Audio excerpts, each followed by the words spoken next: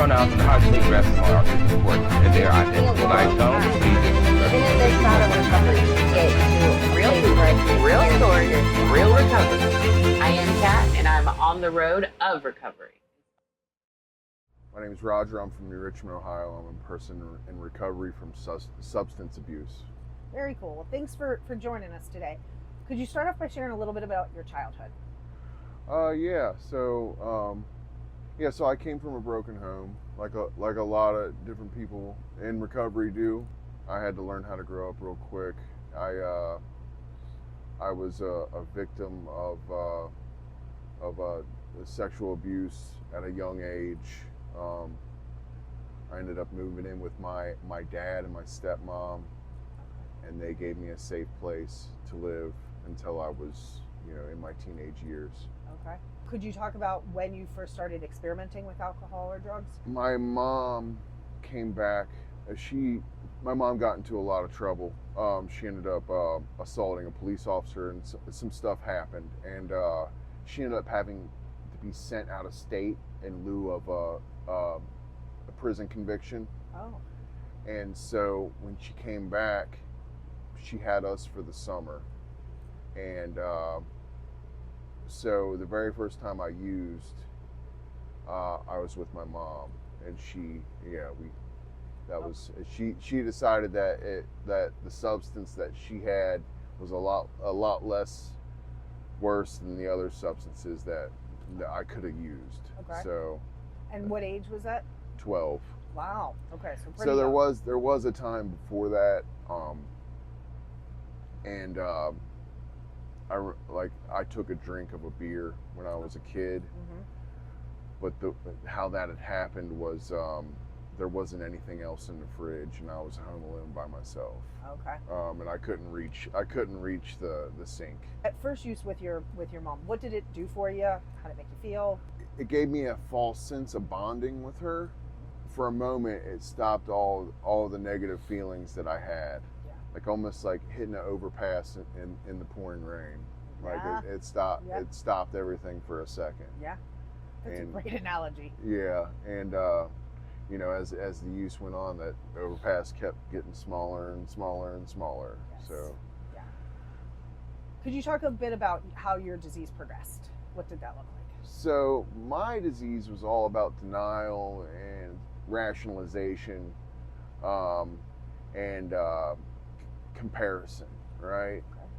And like my first two drugs of choice were comparison and fantasy, Okay. right? Yeah. So like I always thought I was less than.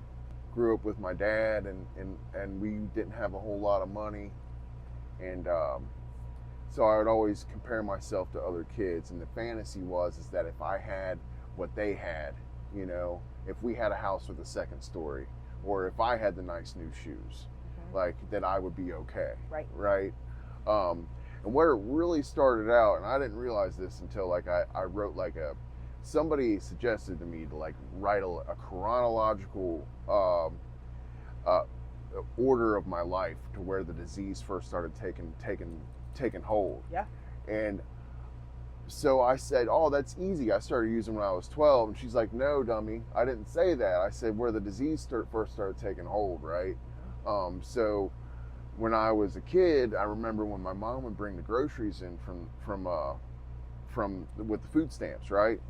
And so when she would come in, she would have like a case of Coke, like the red shiny can, and I'm just a little kid, so it's like huge in my hand. And she would say, those are for mom. Like, you're not allowed to have them. Like, you need to have hair under your arms before you can have them. And of course, I wouldn't listen to her, right? And I would go sneak a can of Coke, and I would take it, and I really liked the way they made me feel.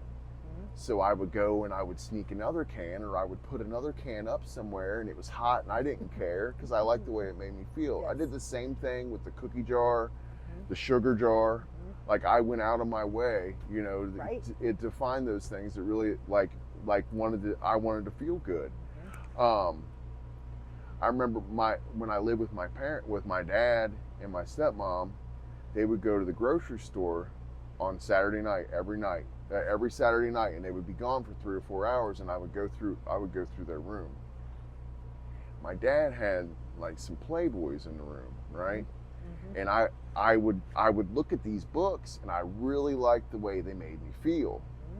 Yes. So I would take them into my room and I would read them, you know. And I didn't know, I was still a little kid, you know, but I really liked the way they made me feel, so much so that I eventually, after a couple weekends of looking at these books, I decided that I needed them, and I took all of my dad's Playboys and I put them under my bed. And I remember, like, when my dad finally realized what happened, and he came in my room, and he was like bewildered, like I thought he was going to be mad. He just like he didn't understand like why I would, you know, because I really liked the way they made me feel. Yeah, right. You know? Yes. And I didn't realize that shit till I got into recovery, right? And so, like, as the substances progressed, I would be like, well, at least I'm not doing that, right? Mm-hmm. I'd be like, oh, at least like, you know, I still have a job, Yes. you know? Mm-hmm. And like, so it was like, it went from weed to drinking, you know, and it stayed like that for a while. Mm-hmm. And as we got in, like, more into high school, like, I started doing like the big boy drugs, you know? And it was weird how that progression of that like really took off, right? Because like we'd be at high school parties and everybody was like drinking and smoking, right? But I was in the bathroom with all the big boys doing the big boy drugs, you know? And it was wild because like some of those same people that we were all doing like those drugs together, they went on to have like credit scores and mortgages and you know, interior decorators and like because there's definitely a difference between a person that's an addict and a person that had a drug problem. Right.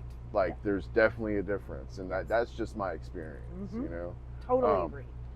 So yeah, like, so I start getting into the big boy drugs, and like I'm like, oh, well, at least like I'm just snorting it, or like whatever it was, you know. It's only pills. It's only pills, you know. Like what had happened was I ended up, I was working construction, and I still do. I'm a business owner today, Okay. and I ended up getting a splinter in my hand from here to there. Oh my gosh. And they had to peel it. They had to cut. I had to go get surgery Wow. to get it removed. Yeah. And like my thumbs, like that was like 15 years ago. 15, yeah, it was 2000. Oh man, it was like 22 years ago. No.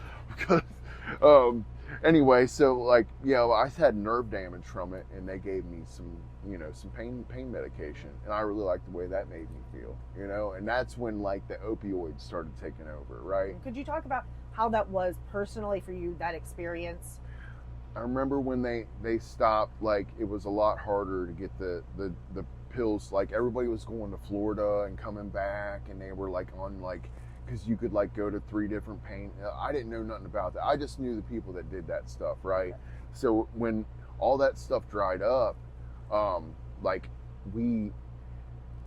had connections with people that were going directly to like big drug dealers and getting dope. So like when at the end of like my use with like the pills, like I was doing like, I don't know, $200 to $300 a day worth of pills, you know, whatever I could get my hands on.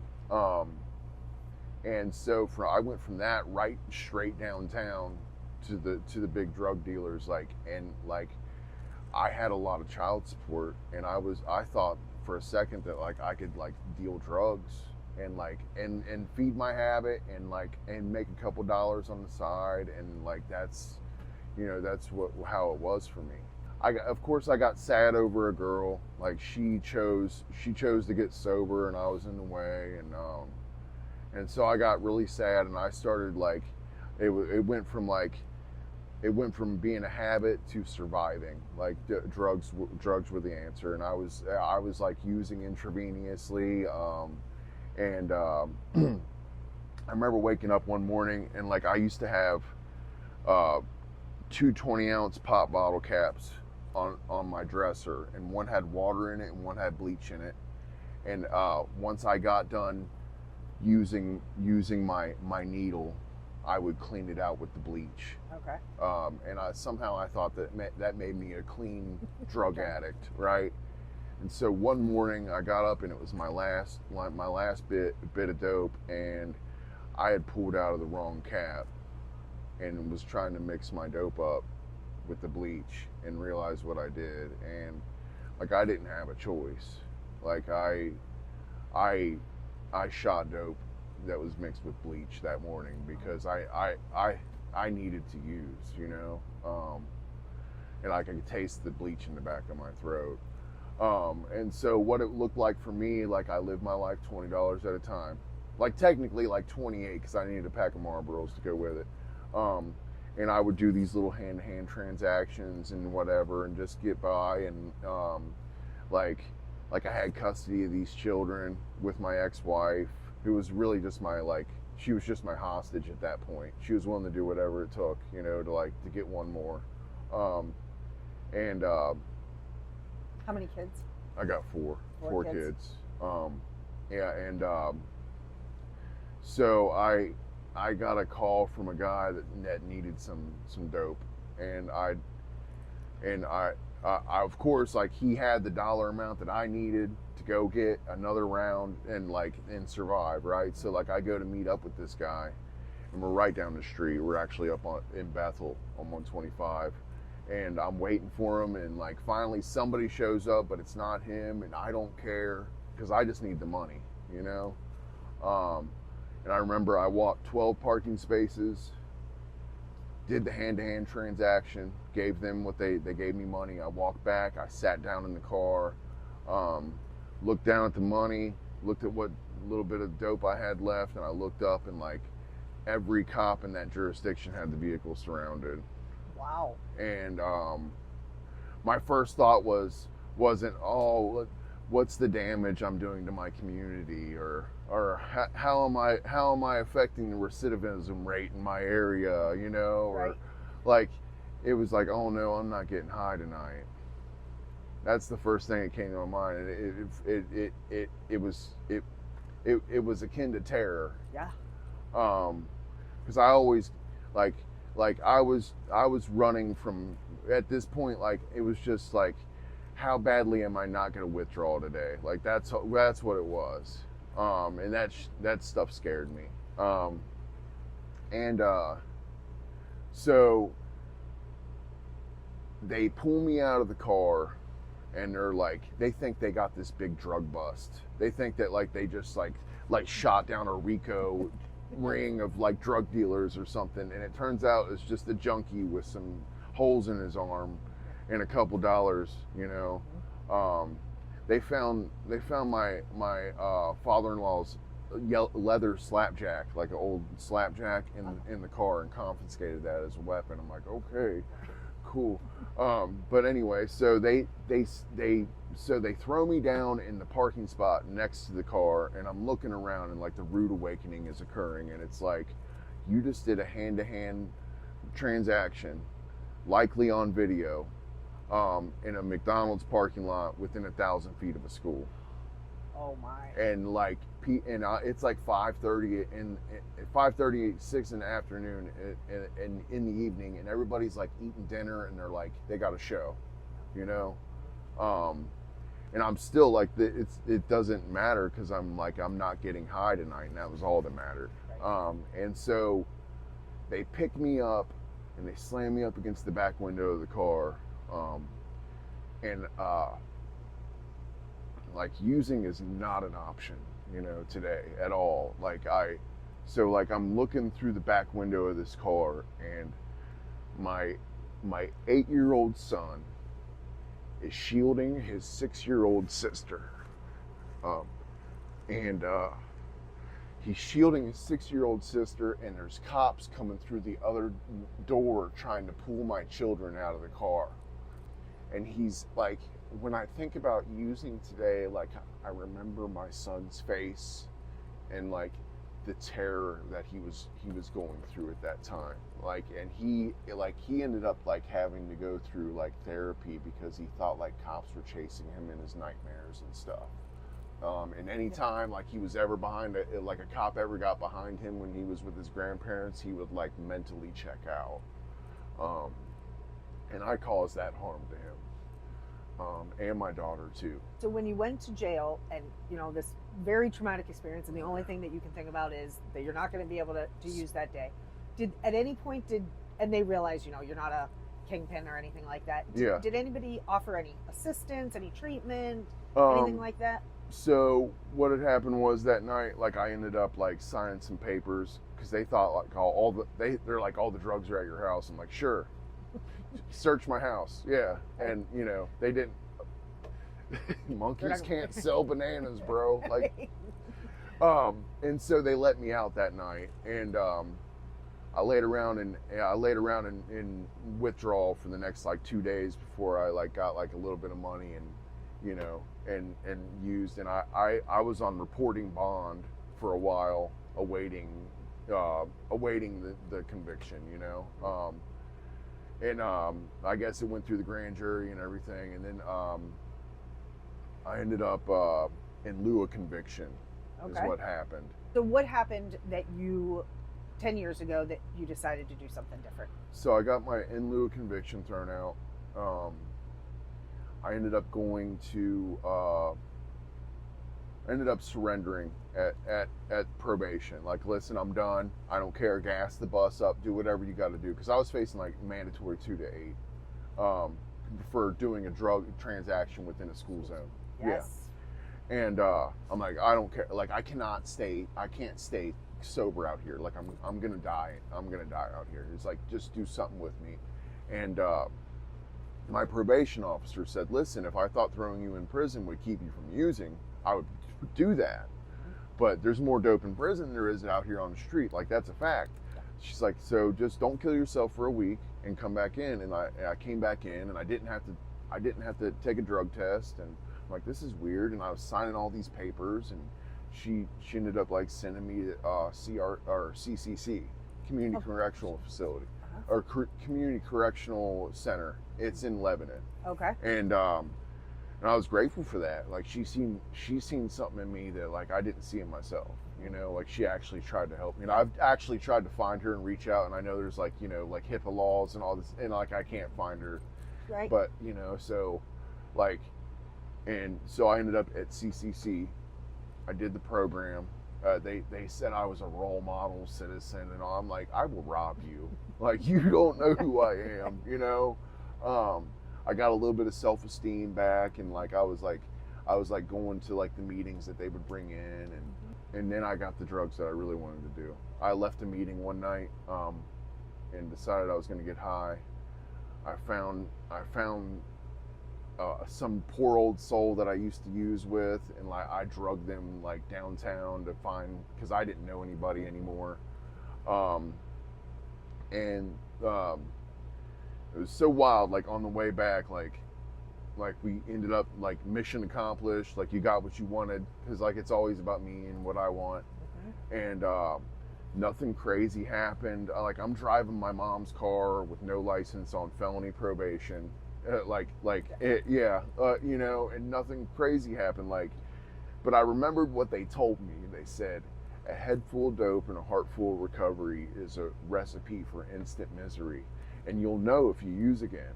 And it was true. Like, as soon as I put that substance back in my body that I really thought I wanted, like it was like all connection to any kind of hope was gone. So the next morning I woke up, the lights were still on. I still had a couple dollars in my pocket and a couple cigarettes, and I most importantly, I had a choice. Yes. Like, it wasn't the fear of withdrawal. It wasn't the fear like the judicial consequences that I was going to receive. Like, it was just like you don't have to use. Wow. Yeah. That's a pretty big experience. Yeah. And so with 7 days clean, I started doing work, you know, like on myself, and I haven't found it necessary to use. Eventually what had happened, like I decided that like it was important for me to go out on my own, have my own business. That's So that's where I'm at What today. kind of business? Construction, but yeah, like yeah, contract. Okay. Yeah, general contracting. Very yeah, cool. yeah. Like I have a crew on a job right today. Yeah. You know, Mhm. and I can take the day off. You know. Right. So yeah. Now, how about family? What did you do to rebuild some trust, be able to rebuild those relationships? So yeah, so like I gave myself a chance in early recovery to figure out who I was, instead of because I was a terrorist in my children's life, and so I gave myself a chance like to really practice program recovery.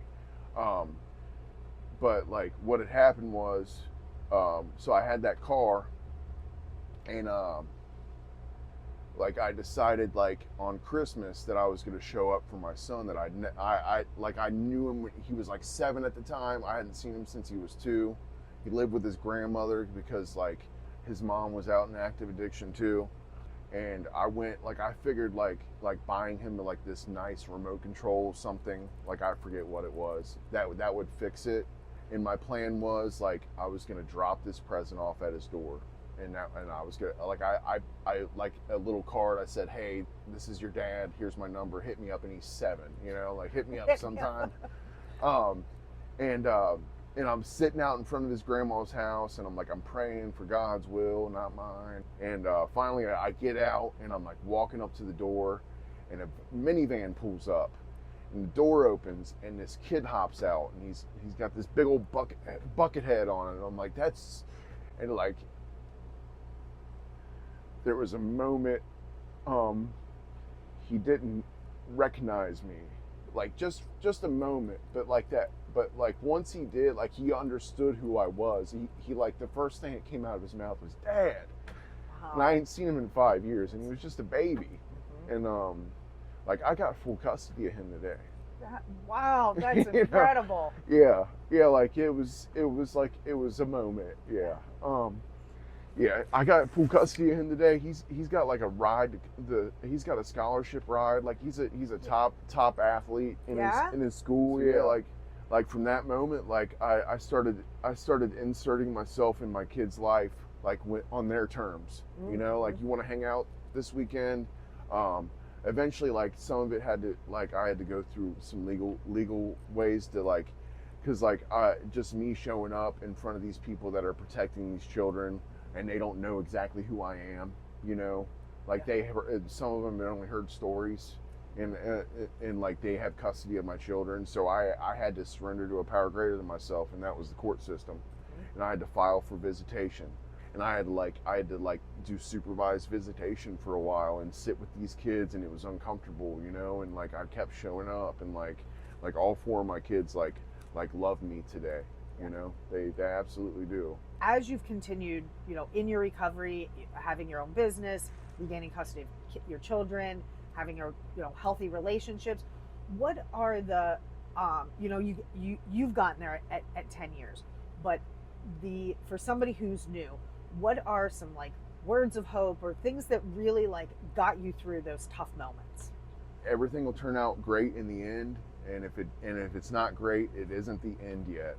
Like it isn't the end yet. Just keep going. I've seen so many people like lose their life over like a temporary decision in this process, just because they didn't like the way they were feeling. So, again, you've accomplished a lot. Really, I mean, you've built a beautiful life. What are hopes or goals for the future? I want to be able to provide low-cost housing for people that are struggling. And that like not just people that in recovery, but all kinds of people that are struggling with that. Affordable housing crisis is so very real. Yeah. And that's fantastic. Yeah, I didn't mean to cut you off, but that's such a huge issue. Yeah. That's incredible. Yeah, I'm a firm believer that other struggling people are not my enemy today.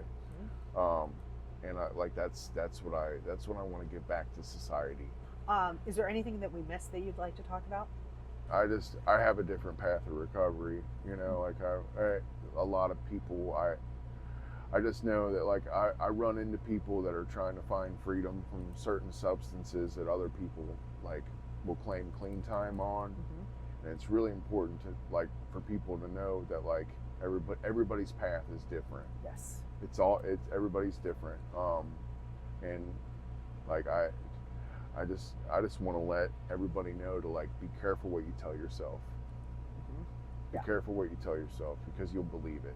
Yeah. Well, thank you so much for joining us. You have an incredible story, and I appreciate the honesty and the path. You know, nobody's path to recovery is a straight line. But we have those ups and downs, and being able to, that last night of use and that next morning of not being physically addicted, you know, it didn't have you hadn't fully gotten into the mental obsession of it either, and being able to see that you had a choice to do something different, and you did it, and it worked. Like that, some seeds were planted. So, you know, everything from your previous experiences was positive for you to be able to continue on your road of recovery.